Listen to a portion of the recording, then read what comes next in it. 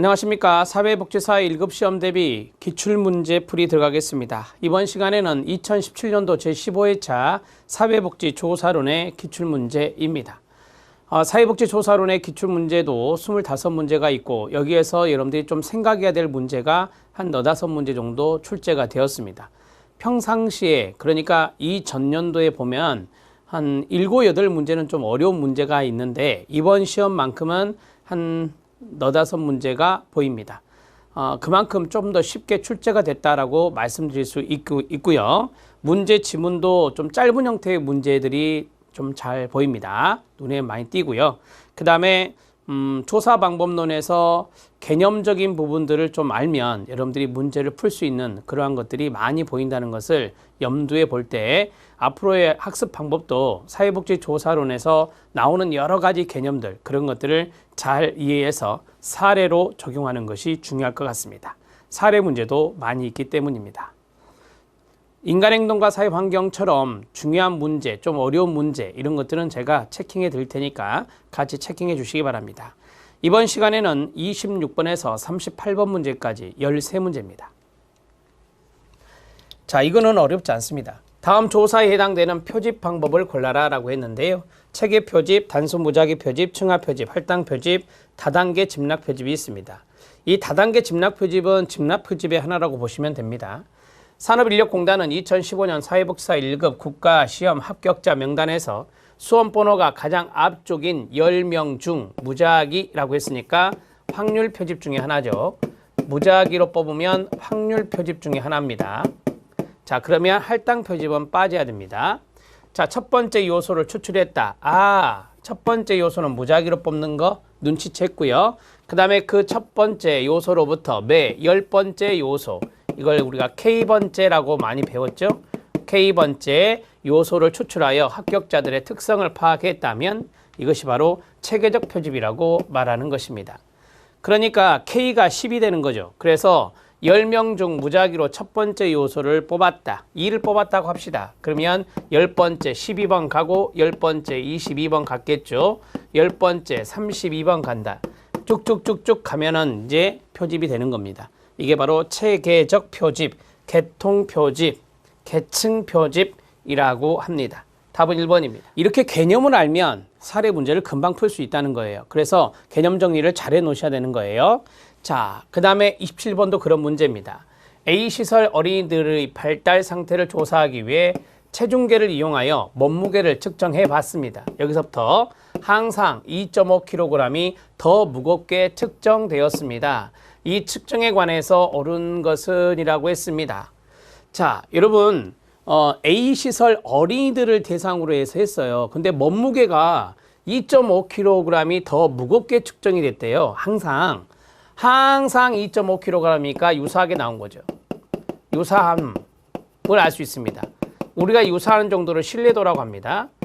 신뢰도라고 말하고, 그리고 두 번째가 이거죠. 더 무겁게 측정됐다라고 했어요. 원래보다. 따라서 이거는 부정확한 걸 말해요.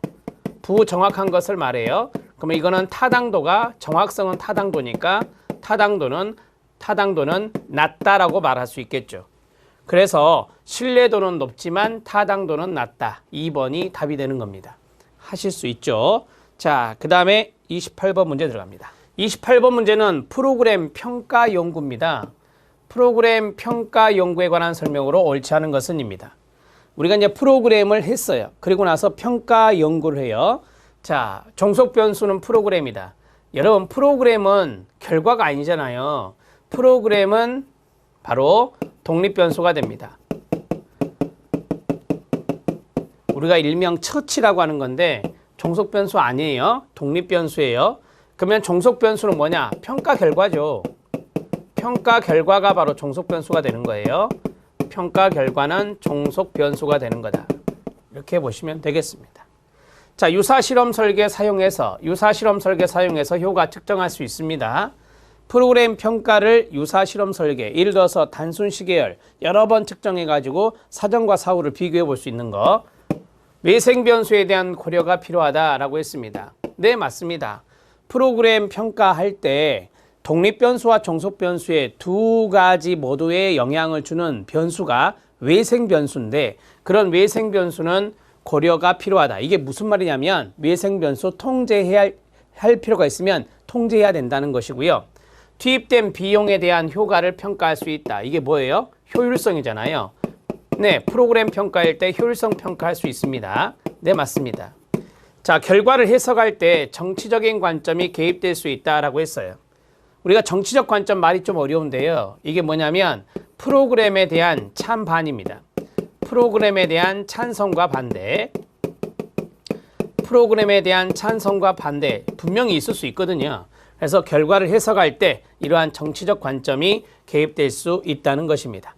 답을 1번입니다. 이거는 답은 쉽게 풀려요. 프로그램은 독립변수다. 제가 누누이 말씀드렸잖아요. 결과는 뭐다? 종속변수다. 답은 1번입니다. 자, 지금까지는 여러분들이 워밍업 차원에서 쭉 풀 수 있는 거고요. 29번 문제가 어렵습니다. 29번 문제 별표 칩니다. 통계적인 부분이 나온 거예요. 통계적인 부분이 나왔는데 통계적 가설 검증에 대한 설명으로 옳지 않은 것은 입니다. 자, 1번 신뢰 수준을 높이면 일종 오류를 줄일 수 있다. 2번 유의 수준을 낮추면 일종 오류가 늘어난다. 유의 확률이 유의 수준보다 낮으면 연가설이 기각된다. 이종 오류가 증가하면 통계적 검증력은 감소한다. 이종 오류는 실제로는 참이 아닌 연가설을 기각하지 못하는 것을 말한다. 여러분 이 5개의 지문에서 1번, 2번, 3번은 여러분들이 어려우실 거예요. 이건 통계적인 이야기예요. 그런데 4번, 5번은 여러분들이 아실 수 있어요. 왜냐하면 우리가 이전에 나왔던 출제된 기출문제에 보면 이러한 것들이 보여요. 이러한 것들이 보여서 제가 그랬잖아요. 기출문제는 꼭 풀어보셔라. 왜? 그 전에 나왔던 지문들이 도움을 줄 수 있다는 거죠. 그게 바로 5개의 지문에서 2개를 해결할 수 있다는 것은 상당히 도움이 많이 되는 거거든요. 4번, 5번을 먼저 볼게요. 4번, 이종 오류가 뭐냐? 이종 오류는 통계적 검증력이라고 해요. 여기 나오죠. 뒤에 통계적 검증력이라고 해요. 표본의 크기가 적절히 커주면 이종 오류는 줄어든다는 말도 출제된 적이 있어요. 자, 그러면 보세요. 통계적 검증력이 높다. 그러면 이종 오류는요? 감소하죠. 오류가 줄어들어야 통계적 검증력이 높아지는 거예요. 오류가 줄어들어야 이종 이런 거 신경 쓰지 마시고 우선 이종 오류는 통계적 검증력과 연관성이 있다는 것만 먼저 알아놓으시고 그 다음에 이종 오류가 줄어들면 통계적 검증력은 높아져요. 자, 보세요. 그러면 이종 오류가 증가했어요. 이종 오류가 증가했답니다. 그럼 통계적 검증력은 감소하게 되는 거예요. 그래서 맞는 거고. 자, 그 다음에 이종 오류. 암기법이 뭐죠? 연거체 이종이잖아요. 연거체 이종. 자, 이게 뭐죠? 연가설이 거짓인데 뭐 했다? 채택했다라고 하는 거잖아요. 자, 실제로는 참이 아닌 연가설. 그러면 참이 아니라고 했으니까 거짓이라는 거잖아요. 거짓인 연가설을 기각하지 않았다, 못했다, 뭐죠? 채택했다는 거잖아요. 거짓인 연가설을 채택한 거예요. 그게 바로 이종 오류. 맞죠? 연거체 이종. 외우시면 되잖아요. 자, 그러면 1번, 2번, 3번 중에 답이 있다는 거예요. 1번, 2번, 3번 들어갑니다. 1번. 신뢰 수준을 높이면 일종 오류를 줄일 수 있다. 1번과 2번은 연결되는 이야기거든요. 2번부터 할게요. 유의 수준이 나왔어요. 유의 수준은 일종 오류예요. 유의 수준은 일종 오류. 이종 오류는 통계적 검증력이라 하고 그럼 유의 수준이 뭐냐? 일종 오류가 발생할 확률입니다. 일종 오류가 발생할 확률이에요. 그것을 유의 수준이라 그래요. 유의 수준은 일종 오류와 연관성이 있다고 그랬으니까. 자, 그러면 유의 수준을 낮췄다 했습니다. 유의 수준은 우리가 낮췄다라고 할 때 유의 수준은 알파 값이라 하거든요. 알파 값이라는데 이 알파 값이 0.05가 있을 수 있고 알파 값이 0.01이 있을 수 있어요. 그럼 0.05에서 0.01로 낮췄습니다. 낮췄다 했으니까. 그러면 이게 무슨 말이냐? 이게 발생할 확률이라고 그랬잖아요. 일종 오류가 발생할 확률. 이게 100분의 5잖아요. 이게 100분의 1이잖아요. 그럼 이거는 100번 중에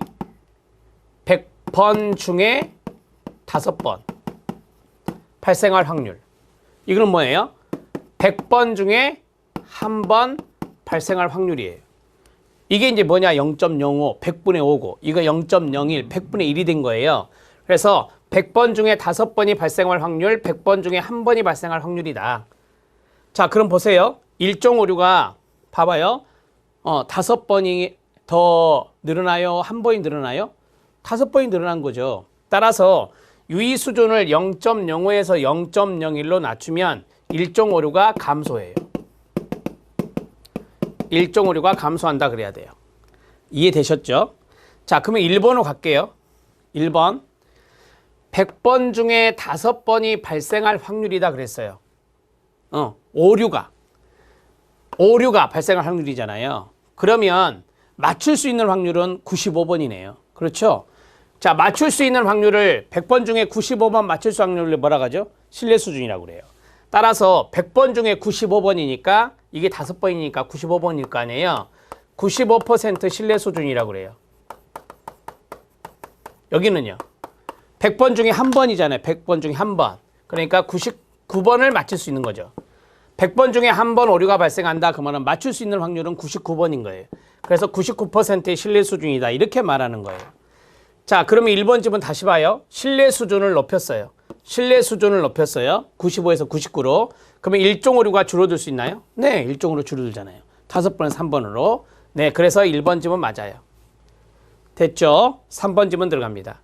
유의 확률이 유의 수준보다 낮으면 영가설이 기각된다라고 했어요. 자, 유의 확률이 P값이라고 해요. 이걸 유의 확률이라고 그래요. 우리가 통계를 낼 때 유의 확률 값을 가르쳐줘요. 제가 이제 설정해 볼게요. 0.012로 설정했어요. P가 0.012가 나왔어요. 0.012. 자, 유의 수준 들어가요. 유의 수준이 알파라고 그랬잖아요. 자, 유의 수준 이 알파를 제가 유의 확률이 유의 수준보다 낮으면이라고 그랬으니까 0.05로 할게요. 이렇게. 자, 그러면 우리가 P 0.05 이렇게 쓰거든요. P 0.05 이렇게 써요. 이게 이제 유의 수준인 거예요. 유의 수준 0.05로 했고, 자, P 값을 여기다 집어넣는 거죠. P 값을. 그러면 0.012, 0.05가 되잖아요. 이게 성립하나 보세요. 성립하죠? 성립하죠? 따라서 이럴 때는 바로 연구가설이 채택되는 거예요. 우리가 통계를 돌렸을 때 유의 확률이 이렇게 나왔어요. P값이. 그리고 유의 수준을 0.0으로 잡았어요. 그래서 이렇게 이제 우리가 기호를 쓰거든요. P값하고 유의 수준 값을 쓸 때 P, 알파 이렇게 쓰거든요. 그러면 0.012를 여기다 집어넣고 0.05를 넣으면 이게 성립한가를 보는 거예요. 이게 성립하면 연구가설이 뭐한다? 채택이 되는 거예요. 그러면 연구가설의 반대가 뭐예요? 영가설이잖아요. 영가설은 뭐가 되겠어요? 기각이 되겠죠. 이렇게 되는 거예요. 그래서 영가설은 기각된다. 맞습니다. 이렇게 정리가 됩니다. 이 3번 지문이 좀 어려울 수 있어요. 3번 지문은 통계를 해본 분들이 알 수 있으니까. 자, 답을 해결했습니다. 2번이 답이 됩니다. 이 문제에서 주로 물어보는 게 뭐냐면 1종 오류와 2종 오류거든요. 근데 거기서 한 단계 더 나갔어요. 유의 확률과 유의 수준의 관계를 물었어요. 3번 지문에. 여러분들 이거 조금 어려울 수 있는데 통계를 해보신 분들은 알 수 있어요. 그러나 통계를 해보지 않은 분들은 이게 어려울 수 있는데 제가 설명한 것만 이해하십시오. 그러면 됩니다. 사회복사 1급 시험의 조사론 문제가 이 정도 수준까지 갔다는 것은 상당히 어렵게 갔다는 거예요. 지금 더 많이 깊이 들어간 거예요. 통계적인 절차까지 들어갔으니까. 그런데 이 정도의 개념 정도만 알아놓으셔도 다음 문제는 충분히 준비가 됩니다. 29번의 답은 2번이 답이고 별표 쳐주세요. 30번 들어갑니다. 이건 또 쉽죠. 양적 연구와 비교한 질적 연구의 특성으로 옳지 않은 것은 이다. 질적 연구는요, 연구자의 역할이 상당히 중요하죠. 소수의 사례를 깊이 있게 관찰할 수 있는 거죠. 연구 결과의 일반화가 목표가 아니죠. 일반화가 목표인 것은 뭐죠? 양적 연구잖아요. 신뢰도가 더 높다라고 했는데요. 신뢰도가 높은 것은요, 양적 연구죠. 양적 연구가 신뢰도와 타당도가 높은 편이고, 귀납적인 추론, 귀납법이요, 이것이 강하다? 네, 질적 연구 맞습니다. 제가 지금 박스 친 거, 연구자의 역할, 소수의 사례 깊이 있게, 일반화 목표 아니다, 귀납적 추론, 다 질적 연구인데 신뢰도가 높다, 이것은 양적 연구가 됩니다. 답은 4번입니다. 이런 문제는 여러분들 쉽게 풀 수 있으니까 쑥 넘어가고요. 31번. 다음 연구에 관한 설명으로 옳지 않은 것은 독립변수는 청년 실업률이다. 종속변수는 비율 척도다. 분석 단위는 개인이다. 양적인 자료를 분석한 연구다. 종단 연구다. 이렇게 있어요. 자, 17개 시도에서 가로 2010년부터 2015년까지 매년 수집된 자료를 이용해서 청년 실업률이 범죄율에 미치는 영향과 추세, 이걸 분석했다고 합니다. 자, 그러면 독립변수가 뭐냐? 이것에 미치는 영향이니까 이게 독립변수가 되는 것이고 이게 종속변수가 되는 거예요. 청년 실업률 독립변수 맞아요. 범죄율이 종속변수죠. 제가 그랬죠. 율 이렇게 끝나면 뭐라고요? 네, 비율 척도라고 했어요. 출생률, 사망률, 빈곤율, 범죄율, 실업률 모두 다 비율 척도입니다. 맞아요. 분석 단위는 개인이다. 아닙니다. 여러분들이 알다시피 2010년부터 2015년까지 수집된 자료는 이거는 집합적 자료죠. 당연히. 개인의 자료가 아니잖아요. 집합적인 자료예요.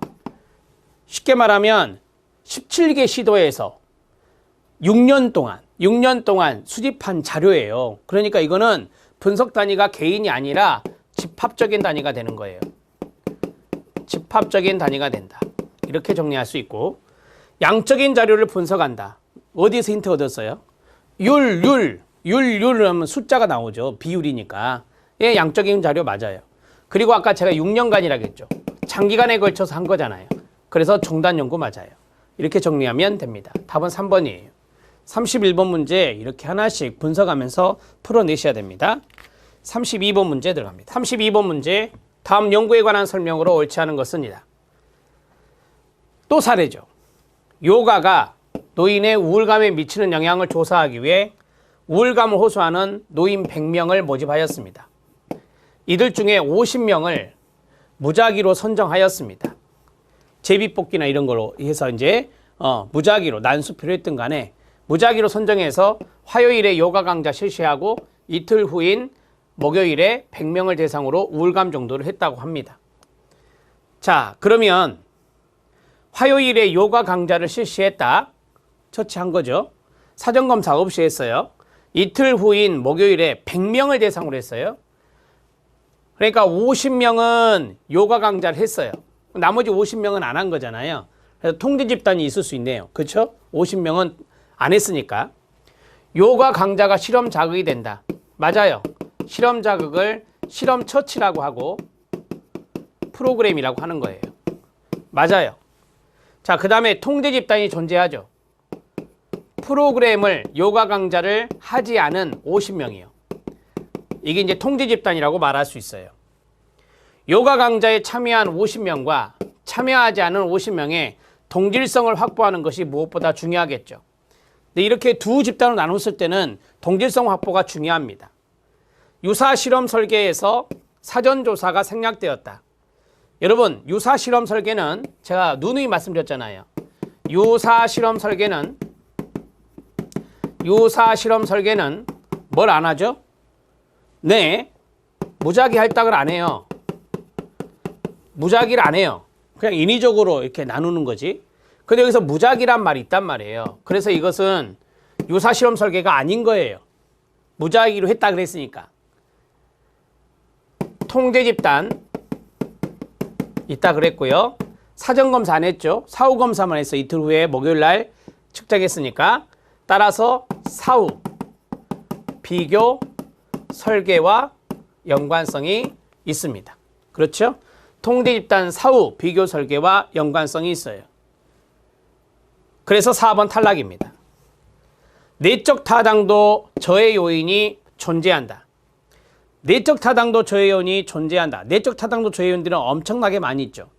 근데 이 지문을 보시면 대상자를 선정할 때 잘 뽑은 게 아니에요. 대상자를 선정할 때 잘 뽑은 것이 아니라는 것을 어떻게 할 수 있냐면 100명을 모집을 해서 50명을 무작위로 선정했잖아요. 그럼 50명은 나머지가 되는 거예요. 이제 나머지가 되는 거예요. 원래는 이거 하려면 100명을 무작위 할당해야 되는 거예요. 100명을 무작위 할당을 해야 되는 거예요. 이 100명을 무작위 할당하는 거하고 50명을 무작위로 선정하는 거랑 달라요. 100명을 무작위 할당하는 것은 100명을 놔두고 통제집단과 실험집단에 제비를 줘서 50개씩 나눠서 제비를 줘서 제비를 놓고 뽑게 하는 거죠. 그렇게 해서 뽑았을 때 통제집단, 실험집단으로 가는 거예요. 이게 바로 뭐냐면 100명을 무작위 할당하는 거예요. 근데 그렇게 안 했어요, 지금. 그렇게 안 했으니까 선발을 잘못한 선발 요인이 나타날 수 있는 거예요. 선발 요인 가능성이 있는 거죠. 그래서 5번 지문 맞는 거예요. 선발 요인 아시잖아요. 선발 요인이 바로 내적 타당도 저해 요인에 포함될 수 있습니다. 자, 정리가 됐고요. 답은 4번입니다. 이게 이제 쉽게 풀릴 수 있는 것은 저는 이 문제 우선 별표를 칠하고 권장해 주고 싶고, 자, 들으세요. 무작위란 말이 들어갔잖아요. 무작위란 말이 들어갔으니까 유사실험 설계는 아닌 거예요. 유사실험 설계는 무작위로 하지 않죠. 이렇게 정리를 하실 수 있습니다.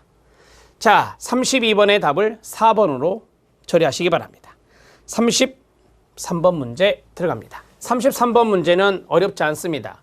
다음 조합된 단어들과 동일한 논리적 구성을 가진 것은 이라고 했습니다. 자, 이걸 볼 때 이렇게 봐야 돼요. 명제, 개념, 개념화 이런 식으로 보는 게 좋아요. 명제, 사회복지사는 전문직이다. 네, 사회복지사는 전문직이다. 명제 맞습니다.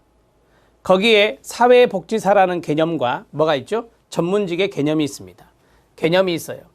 그러면 사회복지사를 개념화하고 그 다음에요, 전문직을 개념화할 수 있습니다. 이것을 우리가 일명 사전적 정의라고 할 수 있어요. 그러면 이와 동일한 논리적 구성은 뭘까요? 이 명제는 참이 확정된 것을 말합니다. 근데 아직까지 참일지 아닐지는 검증해 봐야 되는 게 뭐죠? 가설이라고 하죠.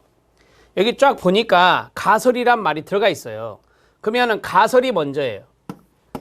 가설이 먼저고, 이 가설은 뭘로 이루어져 있죠? 변수로 이루어져 있어요. 그러면 이 변수를 측정하려면 어떻게 해야 되죠? 조작화를 해야 됩니다. 조작적 정의, 조작화를 해야 돼요. 이것을 우리가 측정 가능하게, 검증 가능하게 하는 조작적 정의를 말하는 거예요. 이 순서대로 가면 되죠. 그래서 가설, 변수, 조작화, 네, 3번이 답이 되는 거예요. 그리고 배우셨잖아요. 가설은 조작적 정의로 해야 된다는 거. 그래서 답은 3번입니다. 34번 문제 들어갑니다. 34번 문제 별표. 질적 연구 방법에 대한 설명으로 옳지 않은 것입니다. 질적 연구 방법론에 내용들이 쭉 들어가 있어요. 근거 이론 질적 연구 방법론이고요. 문화기술지 질적 연구 방법이고요. 현상학, 그 다음에 연구의 엄격성, 부정적 사례까지 나왔어요. 들어갑니다. 근거 이론은 사람, 사건, 현상에 대한 이론의 생성이다 라고 했어요. 사람, 사건, 현상에 대한 이론의 생성이다. 근거 이론의 목적은 이론 도출이거든요. 이론 생성이나 이론 도출이나 똑같은 말이죠. 문화기술지, 특정 문화를 이해하기 위한 방법, 과정, 결과다. 네, 맞아요. 특정 문화를 이해하기 위해서는 문화기술지를 활용하는 거예요. 현상학, 가장 중요한 게 이거라겠죠. 주관적 경험. 개인의 주관적 경험과 본질, 경험의 본질과 의미에 초점을 두는 게 현상학입니다. 자료 수집원을 다양하게 하면, 자료 수집원을 면접, 관찰 다양하게 하면 연구의 엄격성을 높일 수가 있죠. 이 4번 지문도 예전에 정말 많이 나왔던 거예요. 질적 연구의 엄격성을 높이기 위한 전략 해가지고 많이 나왔던 거죠. 자, 부정적 사례의 목적은 연구자가 편견에 빠지지 않게 가로, 동료 집단이 감시 기재로서 역할을 하는 거다. 이 가로가 힌트예요. 동료 집단이 감시 기재로 연구자가 편견에 빠지지 않게 한대요. 이게 동료 보고라고 해요. 동료 보고. 질적 연구의 보다 더 엄격성을 높이기 위해서 동료 보고라고 하는 것이 필요하다. 부정적 사례 아닙니다. 부정적 사례 아니에요. 부정적 사례 제가 해설에 넣어 드렸는데 간단하게 말씀을 드리면, 자, 우리가 이제 검증을 했어요. 검증을 해서 이후에 알게 된 사실이 있잖아요. 이후에 알게 된 사실을 바탕으로 해서 이 부정적인 사례를 가지고 잠정적인 가설을 수정해 나가는 거예요. 그러한 것들이 바로 여기에 들어가는 거죠. 그러니까 우리가 이후에 나타난 사실들이 있고 우리가 처음에 생각했던 가설들이 있는데 사실과 비교했을 때 이거는 부정적인 사례가 되거든요. 따라서 이런 것들을 수정하는 겁니다. 이런 것들을 수정해내는 작업을 부정적 사례 분석이라고 말해요. 이거는 해설 읽어보시면 충분히 이해됩니다. 답은 5번입니다.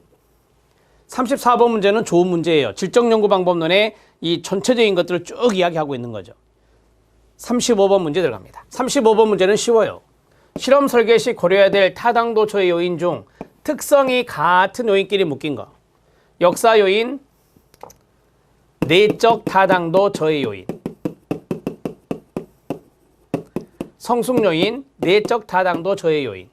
표본의 대표성, 일반화 어렵겠죠. 외적 타당도 저해 요인. 외적 타당도 저해 요인.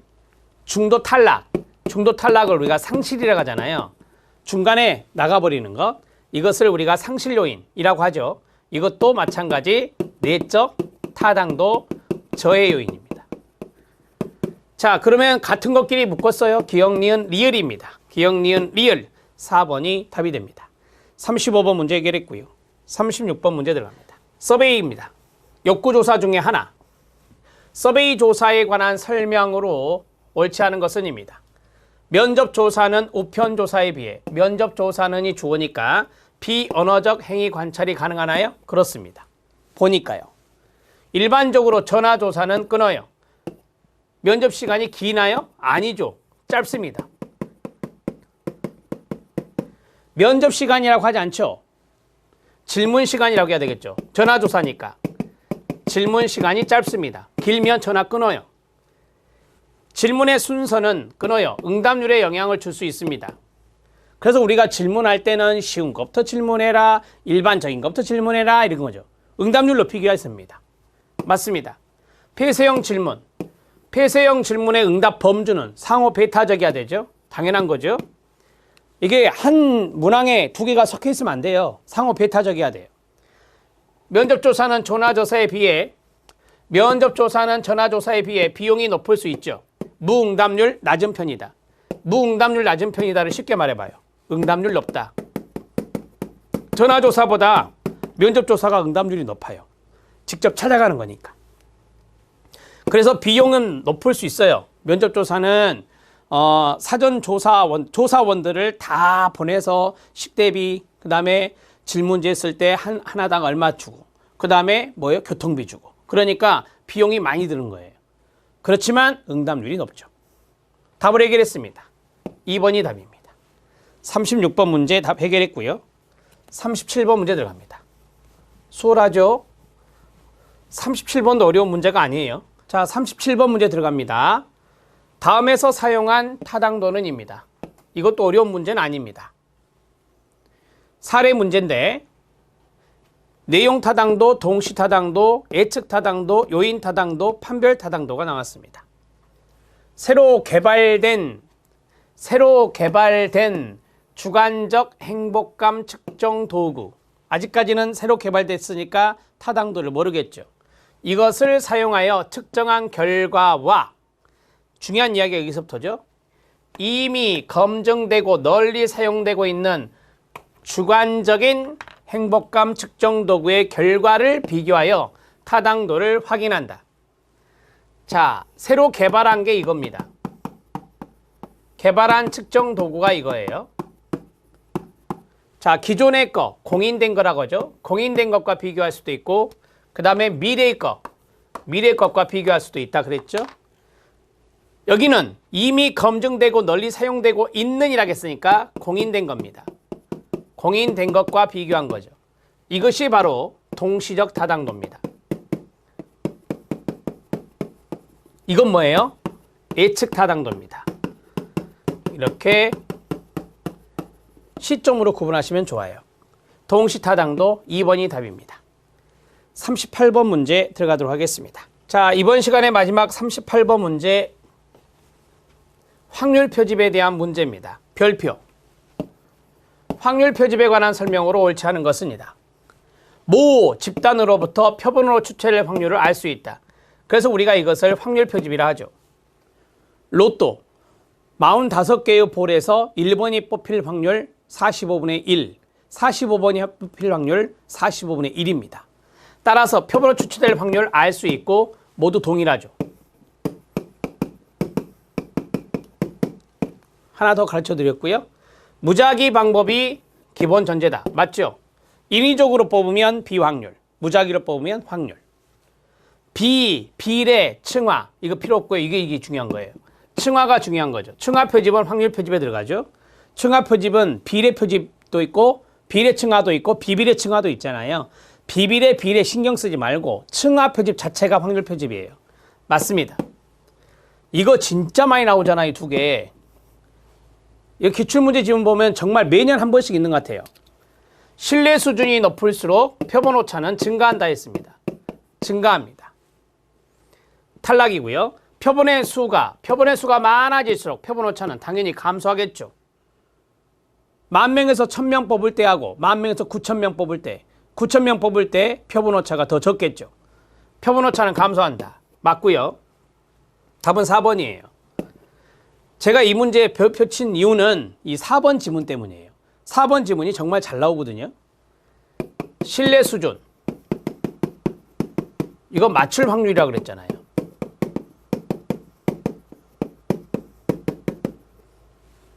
이거하고 정확도를 봐요. 정확도. 저기 100m 앞에 있는 사람이 사람이다.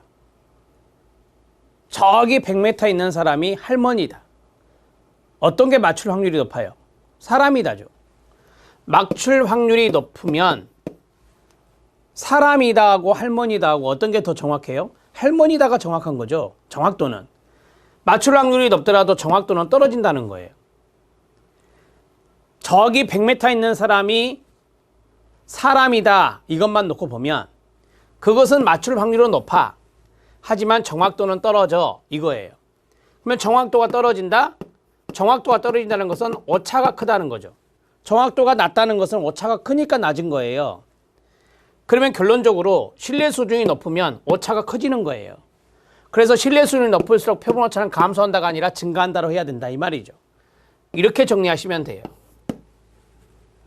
여러분 해설에 보면 90% 신뢰 수준의 플러스 마이너스 1.6, 95% 신뢰 수준의 플러스 마이너스 1.9 뒤에 있는 이 숫자 1.6, 1.9, 2.6 이렇게 나오는 것이 뭐냐면 표본 오차거든요.